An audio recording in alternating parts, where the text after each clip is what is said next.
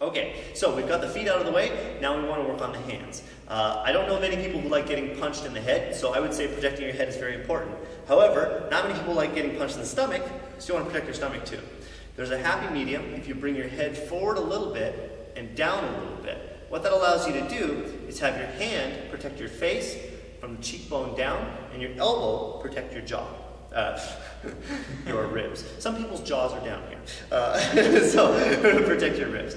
Your left hand, you want to come up, do the same thing so that you can protect yourself. Now there's a lot of variety in how to hold your hands. You'll see some boxers hold them here, some will hold them here, some will hold them out here. Personally, what I enjoy is one fist length with my left and one fist length with my right.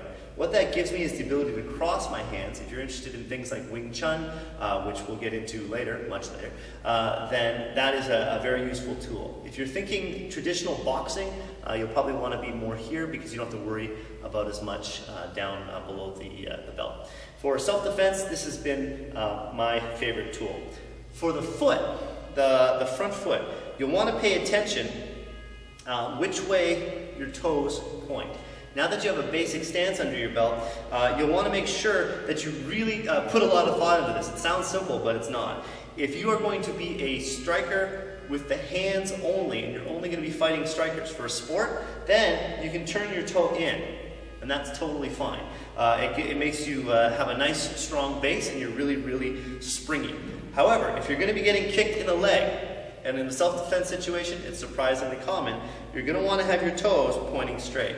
That small difference is huge. There's a nerve cluster on the back of your knee, which if it gets kicked, it doesn't feel good. So you want to make sure that you are quick in angling that shin out so that you don't take the impact there. If it's here, that's very unlikely that you'll be able to get there in time, and even if you do, it'll throw your hips off balance. So it sounds like a small thing, just an inch of one way or the other, but it does make a huge difference in your sparring stance. So we're here, now we have our stance, now we're going to go into individual techniques.